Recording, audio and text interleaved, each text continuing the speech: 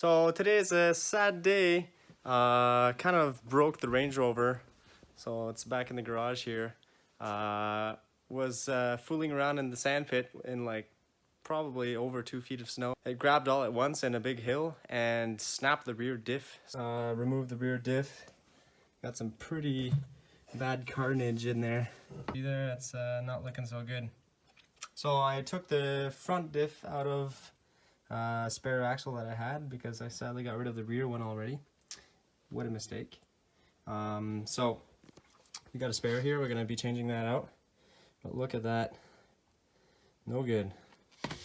So yeah, that's kind of sad.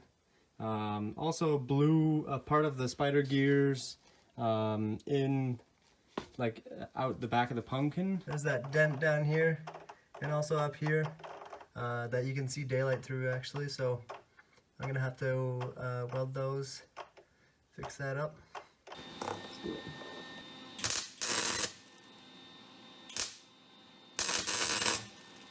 Huh. Almost looks like I'm out of gas.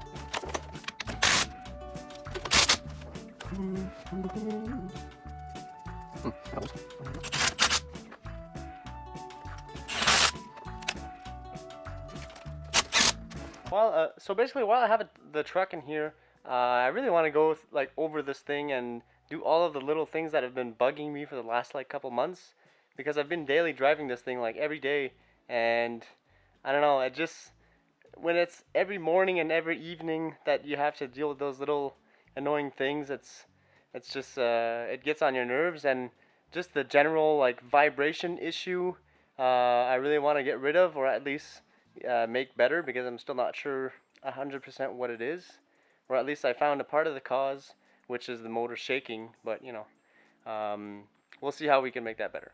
So basically we just did the rear diff, that's all good. Fixed like a frost heater. Actually I just removed the frost heater because it's just too tight in there. It doesn't fit and it's always in the way, and it's kind of a chaos situation there to get the hoses to work. So I removed that. So now I just started removing some boost pipes and hooked up the engine hoist. These are the engine mounts that I'm using.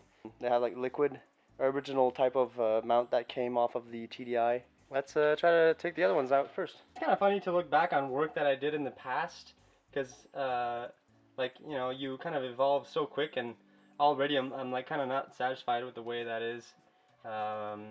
Anyways, I think it's obviously a work in progress, but there are a lot of things that I want to do. I want to make a new intake for this thing. We're also going to make a new downpipe, because that's only 2-inch, and I'm pretty sure it's giving me some pretty good restriction.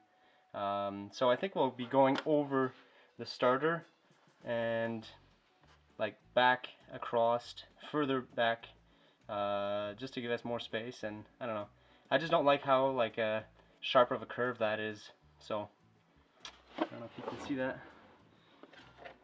See how sharp that curve is? I'm not really a fan of that.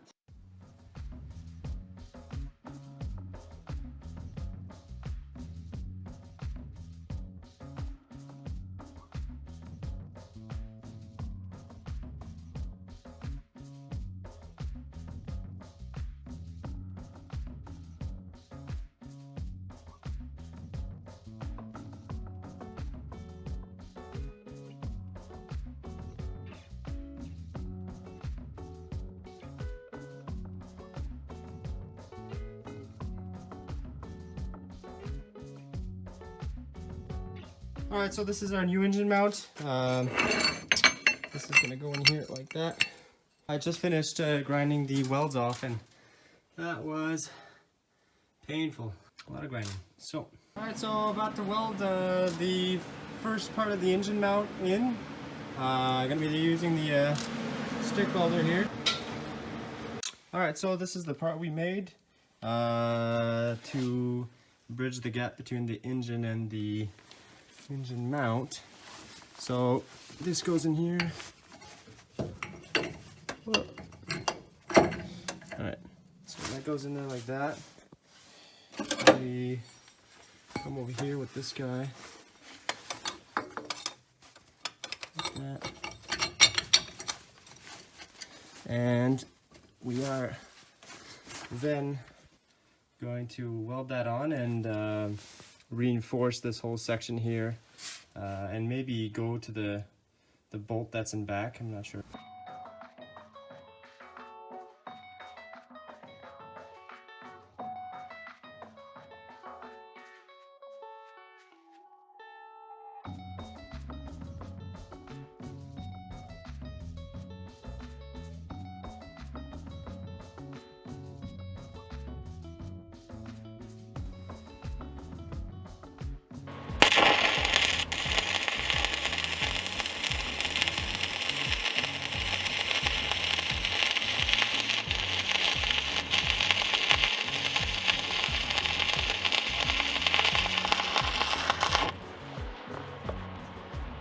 Oh, shit balls.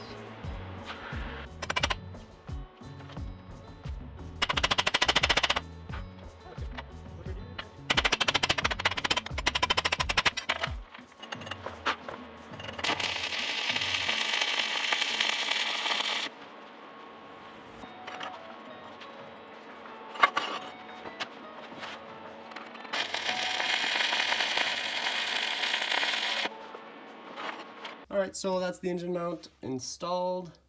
So I'm getting ready to tack this top plate on, and I decided to keep the motor mount on an angle because first of all it's already like that, and also I think it's going to keep it from torquing sideways so much.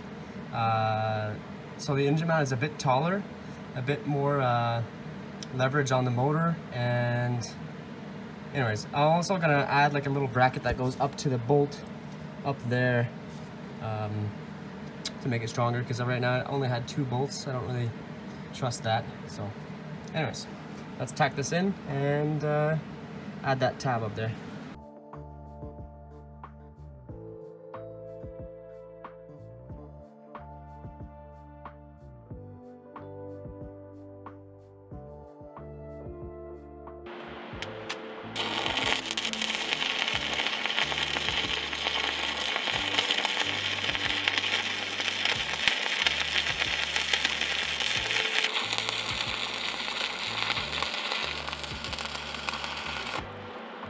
Alright, so the new engine mount is in there, and can't really see it down there. Alright, so now it's time to get working on the new downpipe.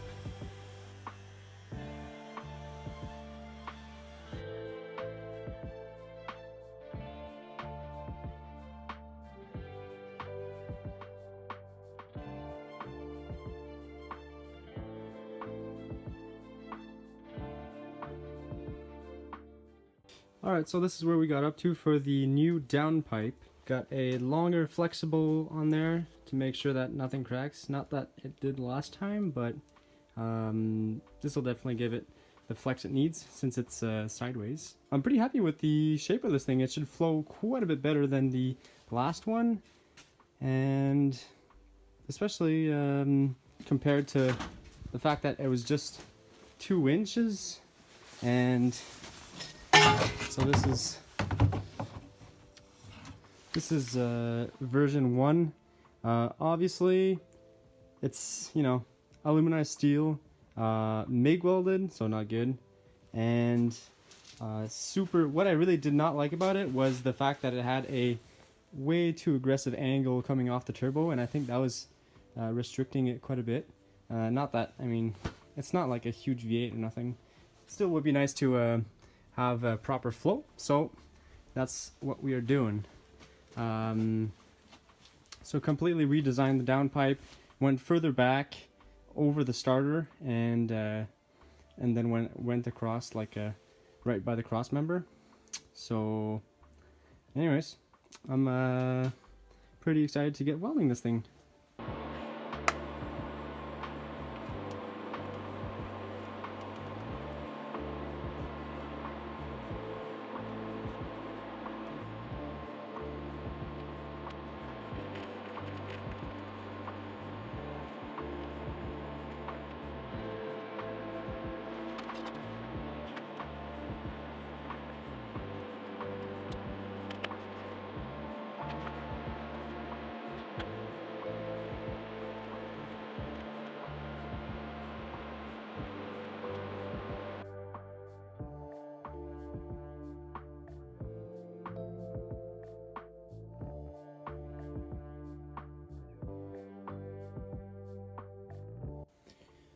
Alright, so final result.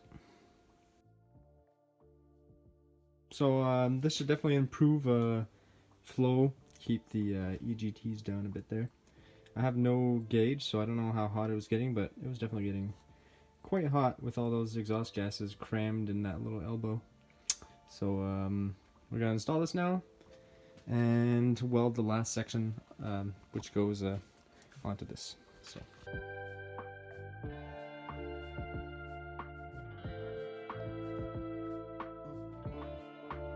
Alright, so the Range Rover is back in service. I've been driving it for a couple days now, and it sounds great. It's running great. As you can see down there, it's starting to get darker and darker with the heat. So yeah, it's been running great. One thing also that I did was change the oil to a 0.50 or 0.40, I believe. Fully synthetic. And it starts way better now in the winter. I was having troubles starting this thing around like -30, but now it's you can really tell a difference with no block heater or frost heater. So anyways, it's really running good now, so I'm happy to be driving this thing regularly. Anyways, so thanks for watching, everyone. Really happy to get driving this thing again. It's been so long. It was due for some maintenance there when the differential blew out. I thought it's just the perfect time to start like fixing all the little stuff that was bugging me on the daily basis. Also changed the crank sensor, which was giving me issues because the plug was kind of cracked. So changed that out too, so hopefully it won't give me any issues with that. And yeah, just trying to make this thing reliable. Anyway, so see you guys in the next video when we'll be working on the Land Cruiser again.